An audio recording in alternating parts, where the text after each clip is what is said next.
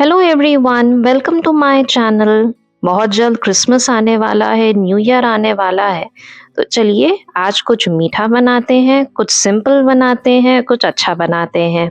बहुत ही सिंपल सी रेसिपी है, बड़े आराम से बन जाती है। कुछ छोटे मोटे पॉइंट्स हैं जिनका आप ध्यान रखेंगे तो आपकी भी गुजिया या फिर करंजी बिल्कुल ही क्रिस्पी, खस्ता और यमी बनेगी। तो देखते हैं फिर इसे कैसे बनाना है। अब यहाँ पर मैंने 3 कप मैदा लिया हुआ है। मोयन के लिए मैंने 1/4 कप बटर और 1/4 कप ऑयल को जो है वो गरम करके लिया है। आप चाहें तो आप हाफ कप घी को गरम करके भी डाल सकते हैं। अब एक स्पून से इसे अच्छे से मिला लीजिए। एक बार जब ये ठंडा हो जाए तो आप इसे हाथ से अच्छे से मिला लीजिए। आपका मोयन अगर सही है तो आपकी जो करंजी है वो बिल्कुल ही खस्ता और फ्लेकी बनती है। इसीलिए आपका मोयन सही होना बिल्कुल ज़रूरी है। ये देखिए, अगर आप मुट्ठी बांधें और ये अपना शेप होल्ड करता है मतलब आपका मोयन बिल्कुल सही है। अब थोड़ा थोड़ा पानी डालकर इसका एक सेमी सॉफ्ट सा आटा गूंथ कर तैयार कर लीजिए। याद रखिएगा, ना ही ज़्यादा ये हार्ड हो ना ही ज़्यादा सॉफ्ट हो।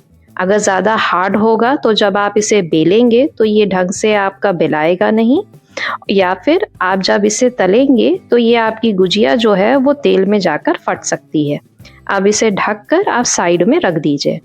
अब फिलिंग बनाने के लिए यहाँ पर मैंने 2 चम्मच तेल लिया हुआ है और यहाँ पे 3/4 कप मैंने काजू और बादाम लिए हैं।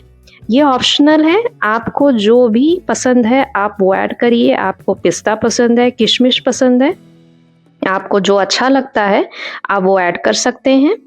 अब इसे निकाल कर साइड में कर लीजिए। उसी कढ़ाई में अब यहाँ पर मैंने 1 कप ग्रेटेड ड्राई कोकोनट लिया हुआ है। अगर आपके पास ये नहीं है तो जो डेसिकेटेड कोकोनट जो बुरादा आता है आपका नारियल का, आप वो इस्तेमाल कर सकते हैं। इसे थोड़ी देर भून लीजिए। उसके बाद 2 कप सूजी डालिए और इसे 5 से 6 मिनट के लिए लो फ्लेम पर अच्छे से भून लीजिए। आपको सूजी का जो कलर है वो चेंज नहीं करना है। ये देखिए, बिल्कुल कुछ इस तरह से। अब इसे बाहर निकालकर ठंडा होने के लिए छोड़ दीजिए। अब आपका जो फिलिंग है ये बिल्कुल ठंडा हो गया है। याद रखिएगा कि एक बार ये सारी चीज़ें ठंडी हो जाए उसके बाद ही आपको आगे का प्रोसेस करना है। अब यहाँ पे जो हमने बादाम और काजू भुने थे वो डाल दीजिए और यहाँ पे अब मैं 1 कप जो है वो गुड़ का पाउडर डाल रही हूँ। अगर आपके पास रेगुलर गुड़ है तो आप उसे छोटा छोटा काट कर उसे फिर ग्राइंडर में पीस लीजिए अच्छे से, उसके बाद ही उसका इस्तेमाल करिएगा। उसके बाद 1 चम्मच इलायची का पाउडर, सारी चीज़ों को अच्छे से मिला लीजिए और आपकी फिलिंग जो है वो बनकर बिल्कुल तैयार है। आटा जो है वो बिल्कुल सेट हो चुका है। आप इसे थोड़ा सा मल लीजिए। उसके बाद इसका एक छोटा सा पोर्शन लेकर थोड़ा सा मैदा छिड़क कर इसे रोटी जैसे बेल लीजिए। बिल्कुल रोटी के जैसे ही बेलना है इसे, ना ही ज़्यादा पतला ना ही ज़्यादा मोटा। उसके बाद ऐसा एक बड़ा सा बोल लेकर इसे आप पूड़ियों की तरह कट कर लीजिए। मुझे ये मेथड बहुत ही ज़्यादा सिंपल लगता है, बजाय इसके कि आप एक एक पूड़ी सिंगल बेलें। ऐसा करने से आपका समय जो है वो बच जाता है, स्पेशली तब जब आप सारा काम खुद ही अकेले कर रहे हैं।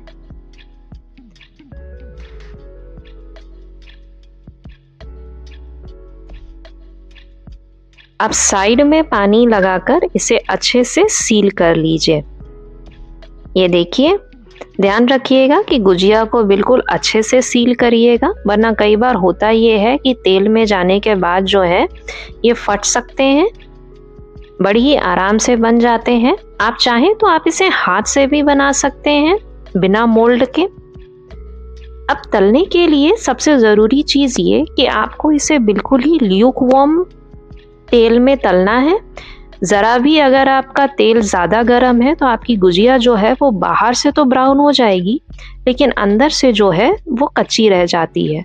इसीलिए इसे बिल्कुल ही लो फ्लेम पर धीरे धीरे पकाना है। एक बैच तलने में लगभग आपको 7 से 8 मिनट लग जाते हैं। ये देखिए, 7 से 8 मिनट बाद आपकी जो गुजिया है वो बनकर बिल्कुल तैयार है। अब सेकंड बैच तलने के लिए आप गैस का फ्लेम बंद कर दीजिए। उसके बाद सेकंड बैच आप तलिए।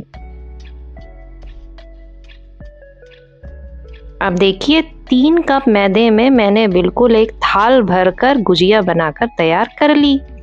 आप इसे बड़े आराम से 1 महीने के लिए एयर टाइट कंटेनर में स्टोर करके रख सकते हैं, बिल्कुल भी खराब नहीं होती है। अगर आपकी फैमिली में कोई बाहर रहता है तो आप उन्हें भी ये पैक करके दे सकते हैं।